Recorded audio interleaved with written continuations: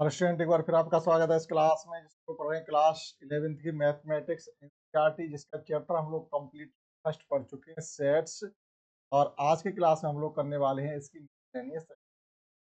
Miscellaneous exercise में भी जो क्वेश्चन आपके सेट से रिलेटेड वो अच्छे क्वेश्चन हैं। देखिएगा, फर्स्ट क्वेश्चन से कहा गया है कि decide among the following sets which are subset of one and. आपको ये बताना है कि एक दूसरे के कौन कौन से सबसेट हैं। आपको चार सेट गिवन है, A B C and D.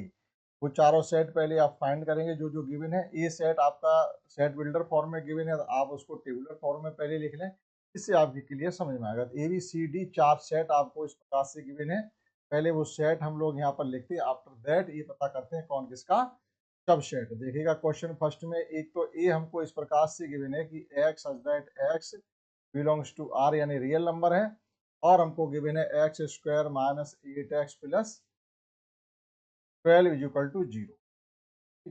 तो यहाँ से पहले आपको ए कंप्लीटली फाइंड करना पड़ेगा, that is x square minus 8x plus 12 is equal to 0। इसके फैक्टर जो हम करेंगे तो ये आ जाएंगे एक्स स्क्वायर माइनस के 6x minus 2x plus 12 is equal to splitting by middle term. तो x taken out common, x minus 6 minus 2 taken out common, x minus 6 is equal to 0। जो फैक्टर है वो उसके ये हो गई x minus 6 into x minus 2 is equal to 0। That is 0 से अलग अलग हम कंपेयरिंग करेंगे तो x इक्वल टू आपका आ जाएगा 2 एंड 6। तो जो ए सेट है वो आपका इस प्रकार से आ गया है कि set A is equal to है 2,6। अब देखिएगा सेट बी में हमको क्या गिवन है। सेट बी में है 2 4 एंड 6, और सेट सी में गिवन है 2 4 6 8, और ये इनफाइनाइट सेट है डॉट डॉट डॉट। और डी सेट में केवल आपका 6। अब आप देखिएगा कौन किसका सबसेट है। देखिएगा ए के अंदर एलिमेंट 2 और 6 है, तो ये देखना है 2 और 6 किस किस सेट में मिलते हैं, तो ये उसी का सबसेट। देखो 2 और 6 बी में भी है और 2 और 6 डी सी में भी है। दैट इज, देखिएगा इसमें आपको लिखना है कि ए सबसेट बी है और ए सबसेट सी है। और देखिएगा जो बी के एलिमेंट है वो सभी के सभी सी में भी है, तो B subset B is also B subset of C. D का एलिमेंट सभी में मिल रहा है, तो डी सबसेट ए भी हो गया है, डी सबसेट ए। और आपका डी सबसेट बी, इसमें भी आपका 6 डी का मिल रहा है, और डी सबसेट सी 6 इसमें भी। तो इस प्रकार से फर्स्ट क्वेश्चन को बहुत ही इजी भी किया जा सकता, आप नोट कर सकते हैं, समझते हैं। Next question second, and in question second we have given that in each of the following determine whether the statement is true and false। जो आपको स्टेटमेंट गिवन है 1 to 1 से लेकर के ये 6 तक, आपको ये बताना इसमें कौन सा आपका स्टेटमेंट जो गिवन है वो ट्रू है और कौन सा फॉल्स है। इफ इट इज ट्रू, अगर ट्रू है तो prove it, if it is false तो गिव एन एग्जांपल। यानी आपको अपना पूरा तर्क दे करके ये बताना पड़ेगा कि ये ट्रू क्यों है या ये फॉल्स क्यों।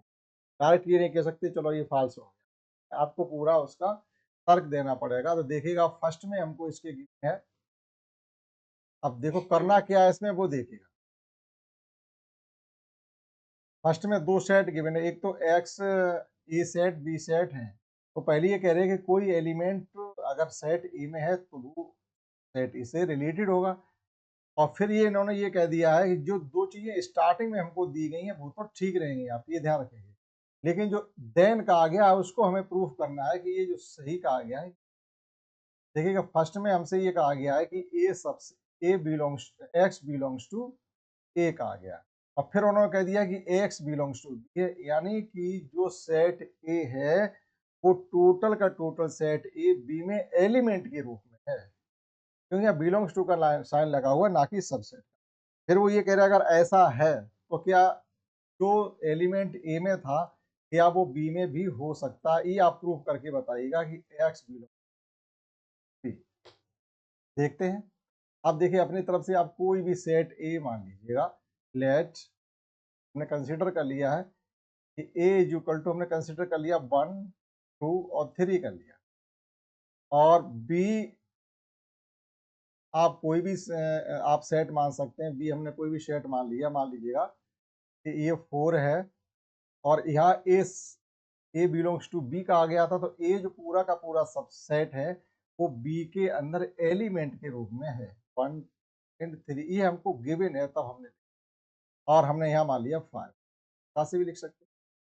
उन्होंने ये कहा था क्या x बिलोंग्स टू बी होगा, तो x बिलोंग्स टू बी से मतलब है जो एलिमेंट ए में है, जो एलिमेंट ए में है, ए में एलिमेंट हमारे 1 थे, 2 और 3 थे, यानी 1 बिलोंग्स टू ए है, 2 बिलोंग्स टू ए है एंड 3 बिलोंग्स टू ए है, ठीक। और completely set A is also belongs to B है, तो फर्स्ट कंडीशन और सेकंड कंडीशन हमारी सेटिस्फाइड है, वो तो गिवन ही है। लेकिन हमें फाइंड करना क्या x बिलोंग्स टू, अब ये बताइएगा कि क्या कोई सेट ए का एलिमेंट सेट बी में है। एलिमेंट के रूप में 1 2 3 अलग अलग, तो ना तो 1 है ना 2 है ना ही 3 है, तो ये जरूरी नहीं है कि फर्स्ट दो कंडीशन अगर आपकी सेटिस्फाइड हो रही है कि x बिलोंग्स टू ए है और ए बिलोंग्स टू बी है, तो जरूरी नहीं कि जो ए के अंदर एलिमेंट हो वो बी के अंदर भी होगा, ये जरूरी नहीं, ठीक।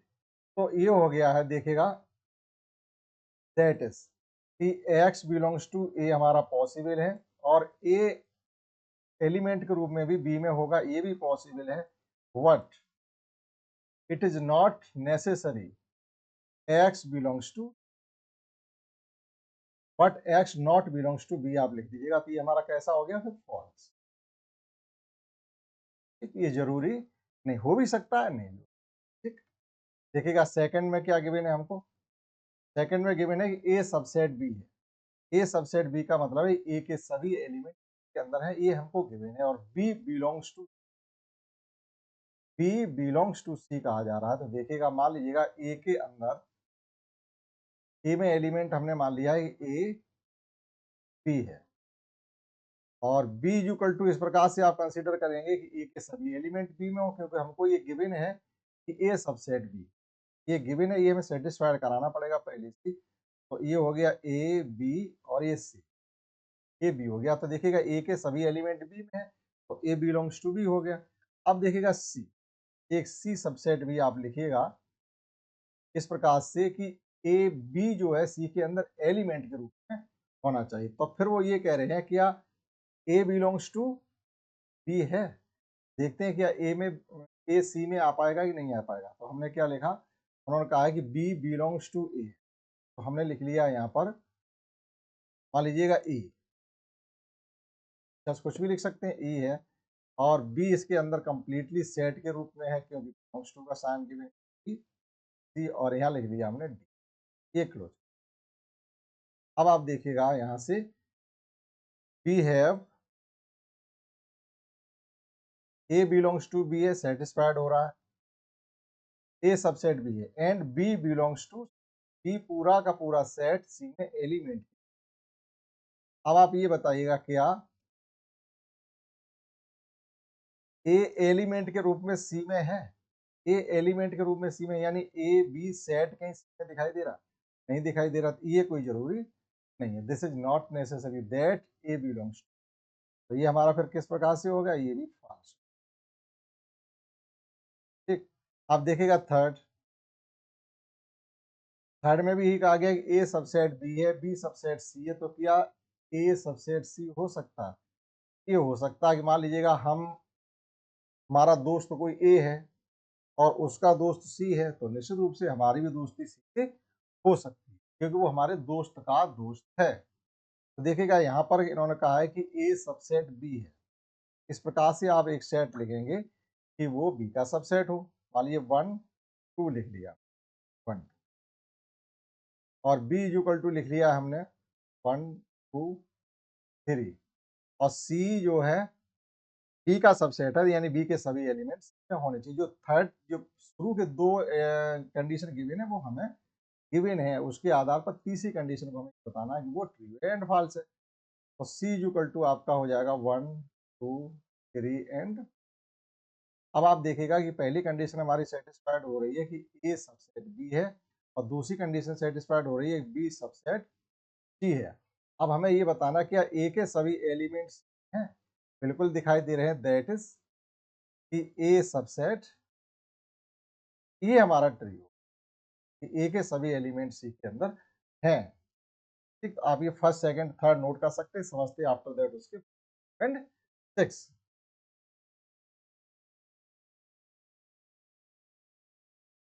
देखिएगा क्वेश्चन 2 का फोर्थ पार्ट जो हमको गिवन है उसमें ये कहा गया है कि A not belongs to, A not subset of B and B not subset of C, that is it is true A is also B not subset of. देखिएगा इस प्रकार से है कि हमने कंसीडर कर लिया है कि ए एक सेट हमारा है, ए मान लिया, और बी हमारा इस प्रकार से सबसेट है, ए का subset A subset of B होना चाहिए, यानी बी सी कर लिया। और वो ये कह रहे हैं सी, सी भी हमें इस प्रकार से कंसीडर करना है कि बी का कोई एलिमेंट चाहिए, यानी A not subset of B, B not subset of C है, दैट इज ये हो जाएगा आपका डी, ई एंड एफ। अब आप देखिएगा यहाँ से जो शुरू में दो कंडीशन के आधार पर हमें क्वेश्चन बनाना है, यानी A not subset of B है and B not subset of, subset का साइन रखना बनाना है, नॉट बिलोंग्स टू,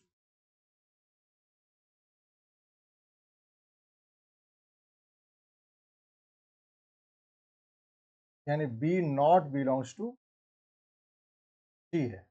ये कंडीशन सेटिस्फाई हुई, that is it means A will also be not the subset of C, that is A not subset of, ये भी आपका ट्रिव्यू है। अगर A not subset of B है, B not subset of C है, तो इसका मतलब है A भी C का सबसेट नहीं होगा। फिफ्थ में हमको गिवन है कि X बिलोंग्स टू A है और A not subset of B है, यानी A का कोई एलिमेंट B, तो क्या हमको ये बताना है कि वो A का कोई एलिमेंट B में हो सकता है? वो अलग, सबसेट होना अलग चीज है, एलिमेंट होना अलग चीज। देखिएगा in question fifth we have given that कि x बिलोंग्स टू, यानी कोई सेट ए है, हमने मान लिया कि 1 2 3 है, इसी प्रकार से b, लेकिन a not subset of b है, तो b में आप कोई भी कंडीशन रख लीजिएगा। हमने रख लिया 3 4 5 6 7, ये b में आ गए, तो यहाँ से a के सभी एलिमेंट b में तो नहीं है, तो इसका मतलब है कि a not subset of b, a b का सबसेट नहीं। लेकिन कोई एलिमेंट जो ए में है क्या सी में है, बी में है, तो बी में एलिमेंट के रूप में एक यानी सभी होंगे तभी सबसेट होगा। तो एक एलिमेंट देखिएगा 3 यहाँ पर भी है, but 3 belongs to A and 3 belongs to B है। ऐसा तो होना संभव है कि कोई एलिमेंट आपका ए का सी में हो सकता है। जब कोई एलिमेंट ए का सी में हो सकता है तो ये आपका ट्रिव्यू है। एलिमेंट आपका ए का सी में हो सकता है, लेकिन जब सभी एलिमेंट होंगे सबसेट होगा, तो सब एलिमेंट, तो ये हो जाएगा। इसका जो फिफ्थ पार्ट है वो ट्रिव्यू रहेगा। ठीक, देखिएगा 6 में हमको क्या गिवन है, 6 में गिवन है कि ए सबसेट ऑफ बी, यानी ए के सभी एलिमेंट बी। तो हम ए इस प्रकार से कंसीडर कर लें, ए बी कर लिया, और एक हमने बी कंसीडर कर लिया है, ए बी और सी, ए के सभी एलिमेंट बी में हो गए, तो ए सबसेट ऑफ बी हो गया। लेकिन वो ये कह रहे हैं कि x not belongs to B. अब कोई एलिमेंट जो बी में नहीं है ए में भी नहीं होगा, ये हम मान सकते हैं। देखिएगा अब ये किसी हम थर्ड एलिमेंट के लिए मान लीजिएगा कि कोई एलिमेंट है जो डी में, उसमें क्या नाम बी में नहीं है, तो बी में कौन सा एलिमेंट नहीं है, बी में एलिमेंट मान लीजिए डी नहीं है, D not belongs to B. तो हाँ ये भी हो सकता है जब D not belongs to B है तो D not belongs to A भी होगा, तो ये तो हमारा ट्री हो सकता है। तो ऐसे एलिमेंट की बात कर रहे हैं जो हमारा बी में नहीं है। जब एलिमेंट बी में नहीं है तो वो ए में भी जरूरी नहीं है, भी नहीं हो, बी में नहीं होगा। ए के सभी एलिमेंट बी में हैं, लेकिन कुछ एलिमेंट जो बी में नहीं है ए में भी नहीं होंगे, ये 100% सत्य है। ठीक है, तो इस प्रकार से हमने क्वेश्चन कर लिए 1 एंड 2। ठीक, समझते हैं नेक्स्ट क्वेश्चन 3।